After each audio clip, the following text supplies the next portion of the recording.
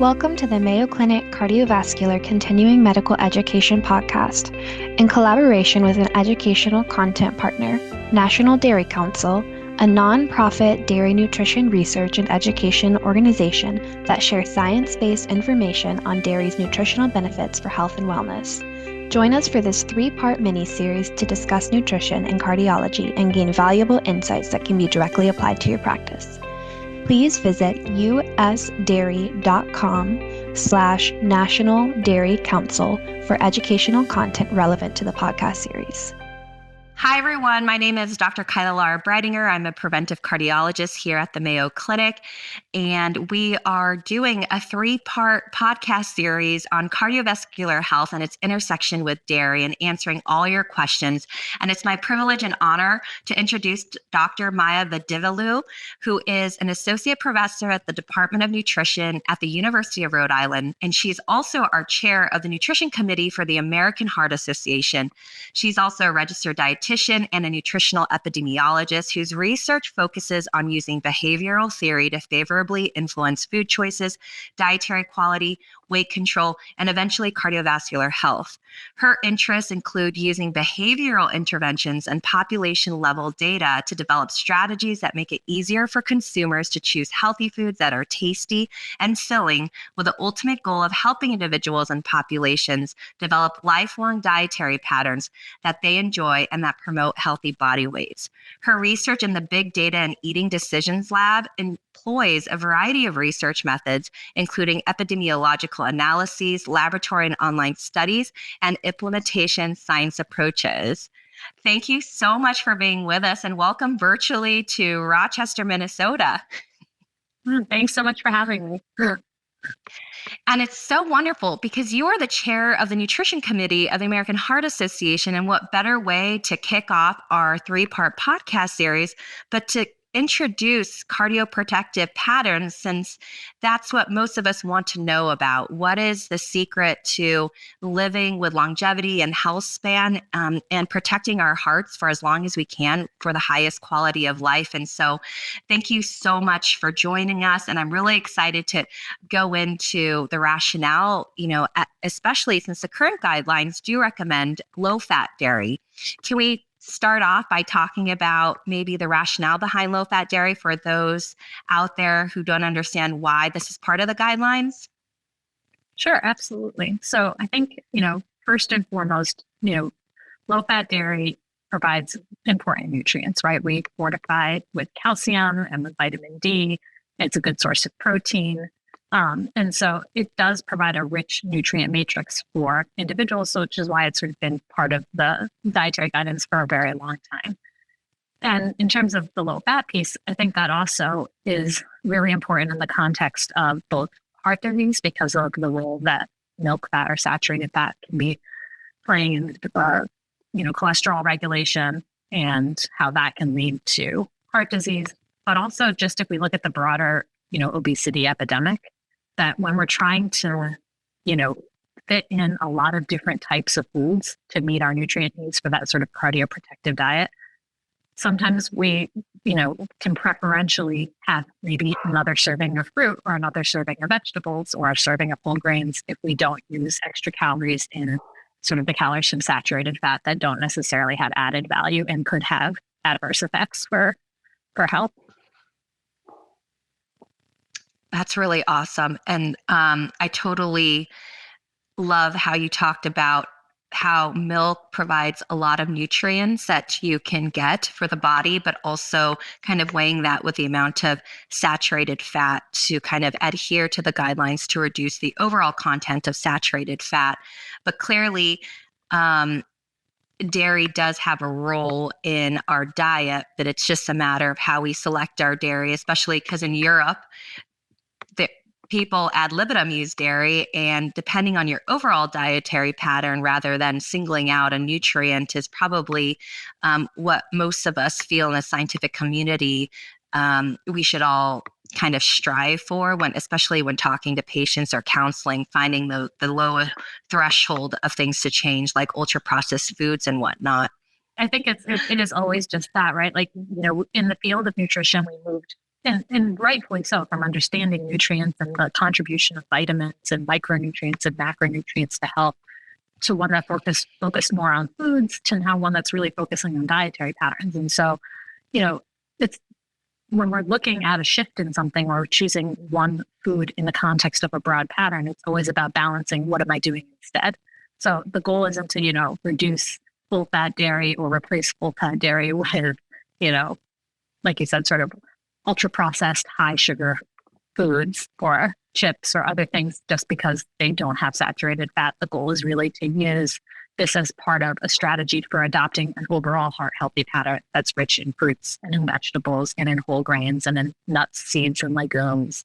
And then can include, if you choose to, different animal sources like dairy and meat, poultry, and meat. Now, what about people who you've met and who we've all counseled, and even family members who are lactose intolerant? I know many of my family members, I'm of Asian descent, are lactose intolerant, and they can't tolerate dairy. However, they will tell me they can easily tolerate dairy for like tres leches or some kind of sweetened baked good, and they don't have any issues. But when drinking a glass of milk or drinking something that is more milk heavy, they can't tolerate that. Do you have any suggestions for people who are lactose intolerant, who have a little bit of a sensitivity? Yeah, definitely. And I think, this was something that I learned, as a dietitian. Many people, including of non-Asian descents, will develop at the very least a secondary lactose deficiency. So, many people will talk about how when they were kids, they were drinking glasses of milk with dinner because it was sort of that centerpiece. And then people decide they no longer want to drink milk as they get older. And then the enzyme that kind of builds up to break down lactose starts to go away for the vast majority of people.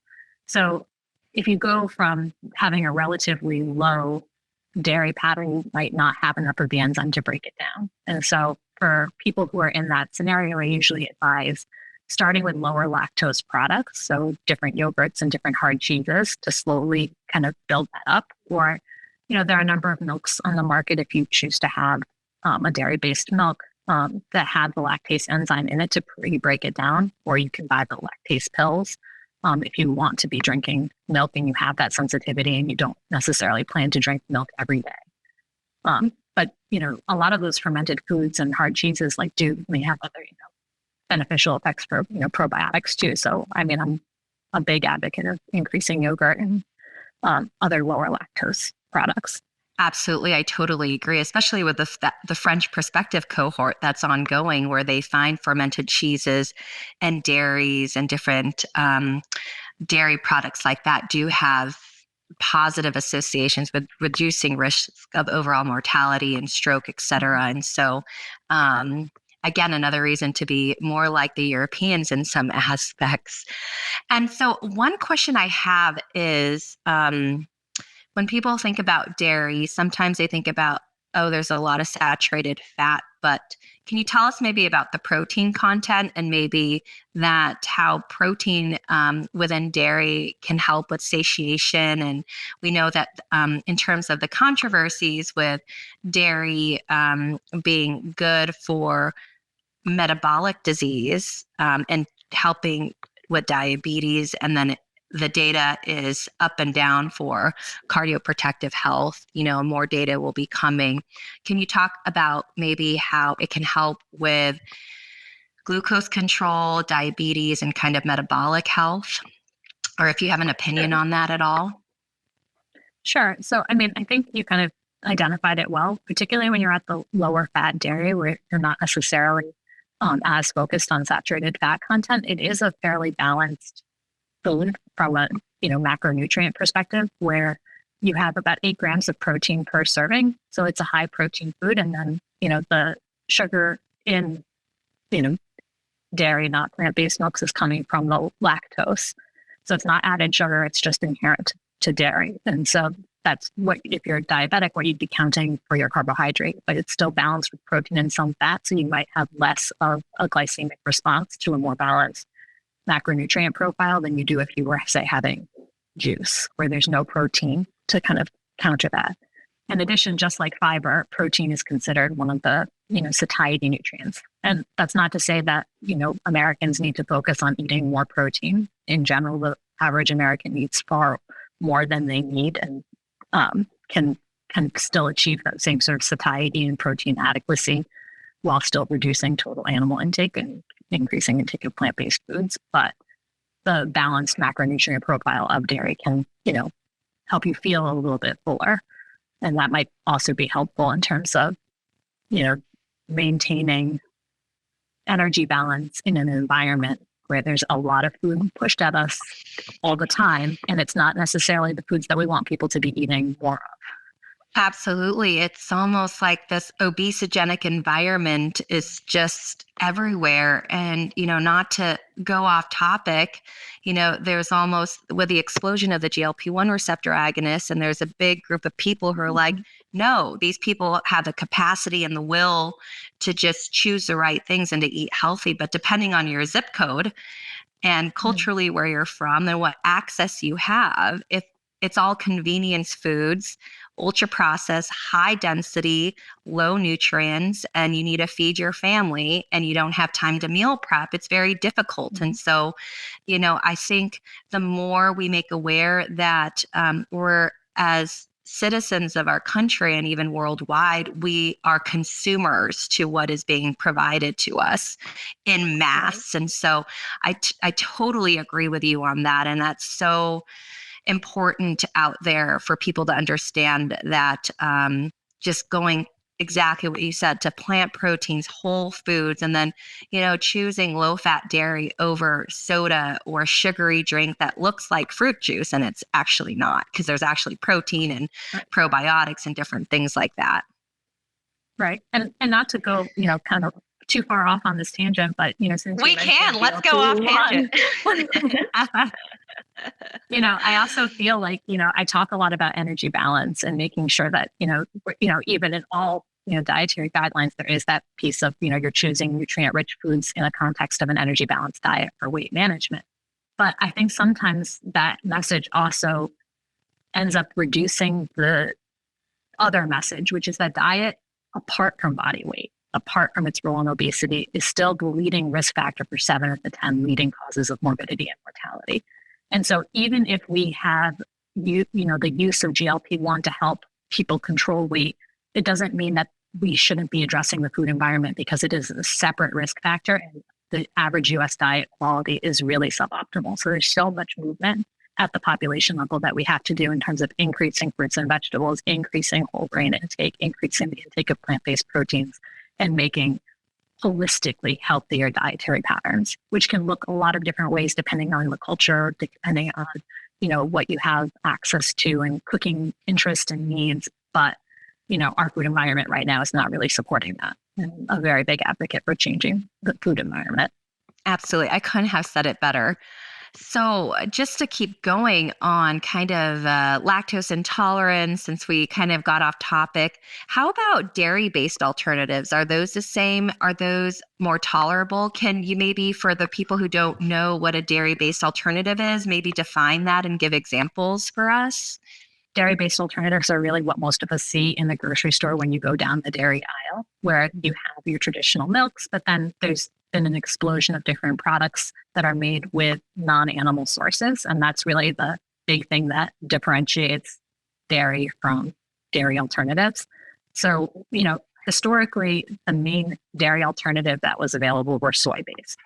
And that still, plays a role in the marketplace, but now there's almond milks, pea protein, oat milks, cashew milks, like a number of different nuts or other protein alternatives or blends of those. There's actually a really good paper led by Lisa Harnick's group out of I believe Minnesota, in the Journal of the Academy of Nutrition and Dietetics, and where they did a real deep dive into assessing the nutrient content of plant-based milk alternative products available in the U.S. Because there is this question of if people are making a one-to-one replacement, especially if they feel like they have lactose intolerance, they don't necessarily want to take a lactase enzyme, or they may not be drinking dairy every day. So this is just an easier alternative, or they may feel like maybe some of them have better environmental effects though there is mixed evidence on that as well.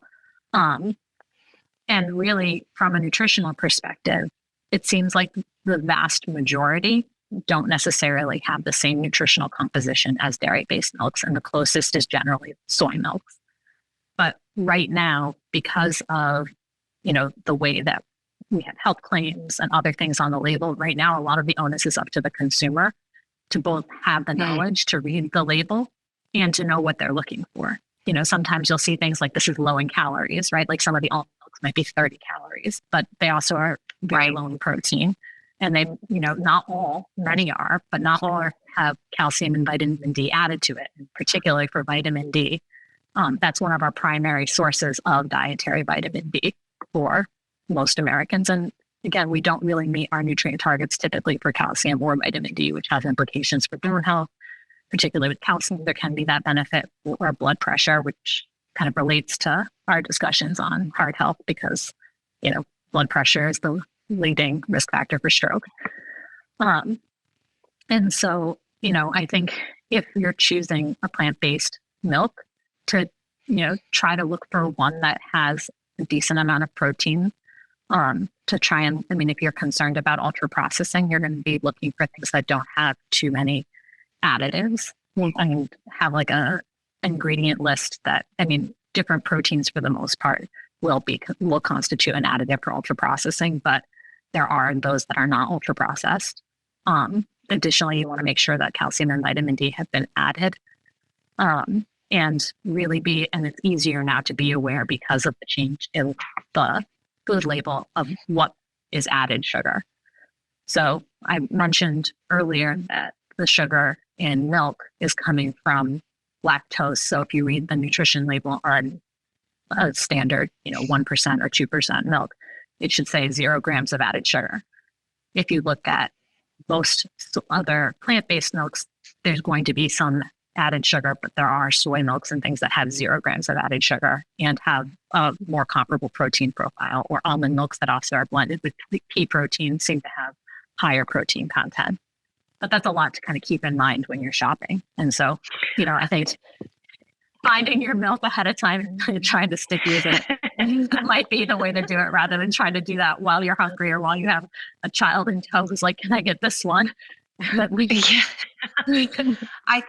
I think what you just said is probably the most important part of this podcast, that the level that we expect most people to understand versus what is labeled at the front as considered healthy requires a lot of mental energy and preparation that most of us feel like in this very high stress, scrolling through, videos that are 10 seconds long, to slow down.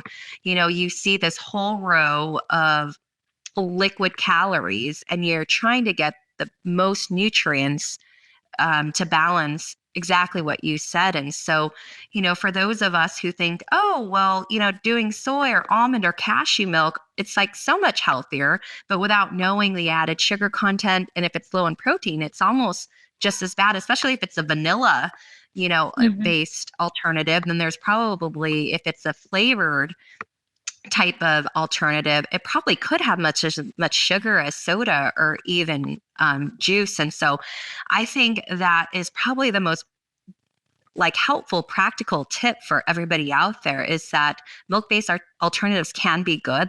But they could be ultra processed. So making sure you look at the nutrition label and looking at the added sugar content, because in most plain kind of dairy types of milk, it should, as you said, come from lactose. So that's really important. And thank you for driving that home. And I'm summarizing so that it creates more space for people to think about the next time in their grocery. And so lastly, can we talk about in total how much dairy people should be consumed and how to incorporate it in a healthy way?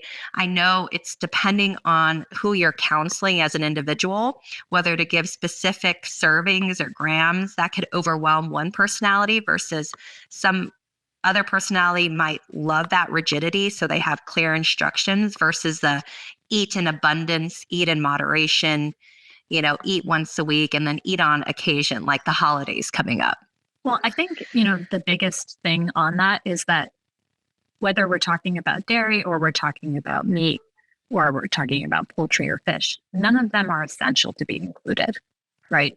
But if you are not, and so I don't want to say that, 2 to 3 servings is what's needed, because there are many people who are following lacto or ovo vegetarian patterns, and they're choosing to limit animal products for any number of reasons. And you can still build a healthy dietary pattern that has adequate protein. And then you want to be careful about some of the micronutrients like calcium, vitamin D, and B12, particularly if you're cutting out almost all animal products, and iron as well. But, if you do choose to incorporate animal products in your diet and you're choosing some dairy, 2 to 3 servings of low-fat dairy a day will get most people, plus a balanced diet across, the calcium that they need in their day of about 1,200 milligrams, depending on, your life stage.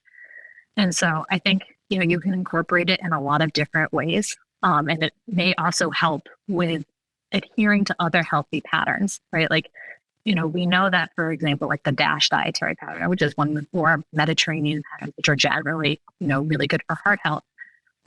They're very high in fruit and vegetable intake. And sometimes, I'm a big advocate for frozen produce because it can be more affordable and it is as nutrient dense, but at times people don't necessarily want the textural changes, or, they're just, it can be difficult to fit in the 7 to 9 servings that are recommended.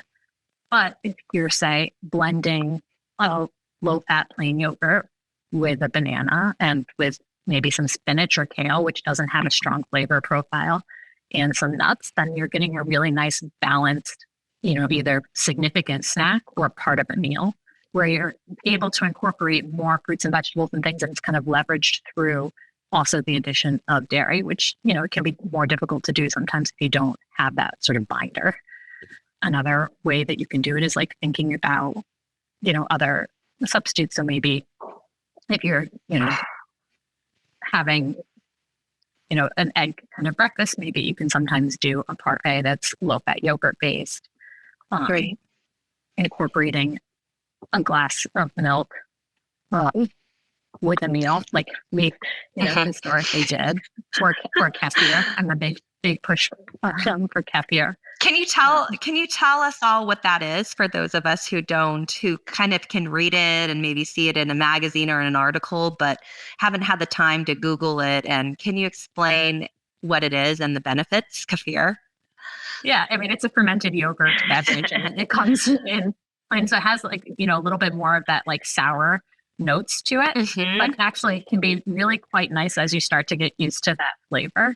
And it's really beneficial because, we've talked a lot about the benefits of fermented foods in promoting a healthier gut microbiota. So like, when people are low on antibiotics, which many people are this time of year, when you think about how do you replenish your gut microflora, yogurt's one, but, kefir is another, and that gives you some variety as well. So yeah, I think kefir, I use in smoothies a lot, actually. Using cheese as, in small quantities, because it actually doesn't take much to get to the serving. If you're choosing full-fat dairy, just to do so in a way that is aware of the serving size and is, balancing it with other choices per saturated fat in your diet. So if you're choosing more full-fat dairy products, perhaps really emphasize choosing more lean meats. Ideally, we're doing both, but again, it's sort of, we do have some flexibility on it's instead of what. Right. Instead of what? Well, we really appreciate your time with us. And this was so informative and helpful and practical. And we all can relate and extract something that we can use the next time we're at the grocery store or selecting foods for our family. So I really appreciate all your help. And thank you for all the work that you do for the AHA as a chair of the nutrition committee. And I can't wait to see more of the wonderful work you're doing. So thank you so much again for joining us. Well, thank you so much for having me. And I hope everybody has a very happy and healthy new year and has some tidbits that they can take to the grocery store to make heart healthy choices. Thank you so much. And happy new year to everyone. It's 2025. So let's live healthier and eat better. Thank you so much, everyone, for listening. Thank you for joining us today. We invite you to share your thoughts and suggestions about the podcast by emailing cvselfstudy@mayo.edu. and find more episodes at cveducation.mayo.edu. Be sure to tune in to each episode. and tune in each week to explore today's most pressing cardiology topics with your colleagues at Mayo Clinic.